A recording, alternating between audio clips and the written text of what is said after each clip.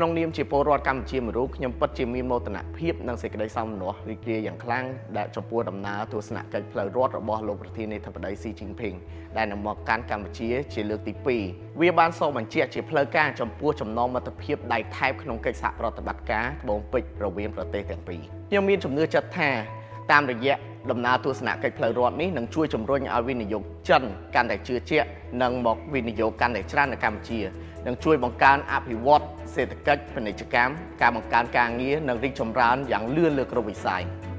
ក្រោមចក្ខុវិស័យនៃសហគមន៍ជោគវាសនាកម្ពុជាចិនខ្ញុំជឿជាក់ថាទំនាក់ទំនងរវាងកម្ពុជានិងចិនកាន់តែរឹងមាំនិងទទួលបានលទ្ធផលជាក់លាក់ច្រើនទៀតសម្រាប់ប្រជាជាតិទាំងពីរចាដំណើរទស្សនកិច្ចរបស់ប្រធានាធិបតីស៊ីមកកាន់ប្រទេសកម្ពុជានៅពេលខាងមុខនេះគឺជាដំណើរមួយបង្ហាញពីភាពវិជ្ជមានអំពី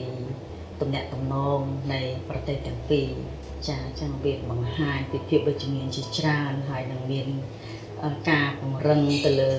វិស័យជាច្រើនដូចជាវិស័យសេដ្ឋកិច្ចវិស័យវប្បធម៌វិស័យ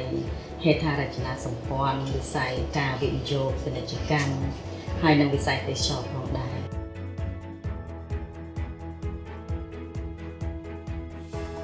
ខ្ញុំយល់ឃើញថាទំនាក់ទំនងមិត្តភាពរវាងប្រទេសកម្ពុជានិងចិនគឺជាទំនាក់ទំនងដ៏ជ្រាលជ្រៅនិងរឹងមាំដែលមិនអាចបំបែកបានដោយដែលលោកប្រធានាធិបតីស៊ីជីនភីងធ្លាប់មានប្រសាសន៍កន្លងមកថា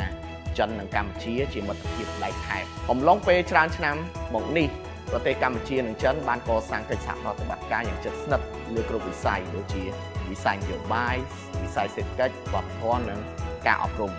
ជាពិសេសក្រោមចំណងសហប្រតិបត្តិការយ៉ាងសកម្មនៅក្នុងគោលនយោបាយខ្សែក្រវ៉ាត់ផ្លូវទំនាក់ទំនងរវាងប្រទេសទាំងពីរបានកើនឡើងយ៉ាងឆាប់រហ័សនិងមានប្រសិទ្ធភាពខ្ពស់ដែលជួយឲ្យអភិវឌ្ឍប្រទេសកម្ពុជាកាន់តែរីកចម្រើននៅក្នុងតំបន់ក៏ដូចជាពិភពលោកចាប្រទេសកម្ពុជាត្រូវបានកំណត់ថាជាមិត្តសម្លាញ់ជាមិត្តដៃថែបរបស់ប្រទេសចិនអញ្ចឹងយើងបានមើលឃើញការទំនាក់ទំនងការគ្រប់គ្រងទៅវិញទៅមកជាពិសេសគឺបន្ទាប់ពីដំណើរទស្សនកិច្ចរបស់សម្ដេចធិបតីនាយករដ្ឋមន្ត្រីប្រទេសកម្ពុជានឹងគឺបានទៅសម្ដែងការគូសងទៅជួបជាមួយនឹងប្រធានាធិបតីស៊ី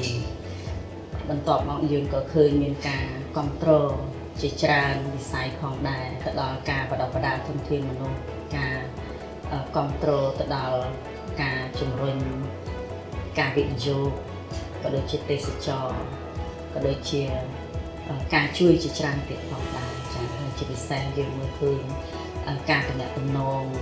នៅក្នុងវិស័យទេសចរណ៍ខ្ញុំគិតថាទំនាក់ទំនងកម្ពុជាចិនសប្តាហ៍នេះមានការរលូនទៅមុខជាខ្លាំងហើយសន្ទុះនេះនឹងមិនអាចថយក្រោយបានទេព្រោះ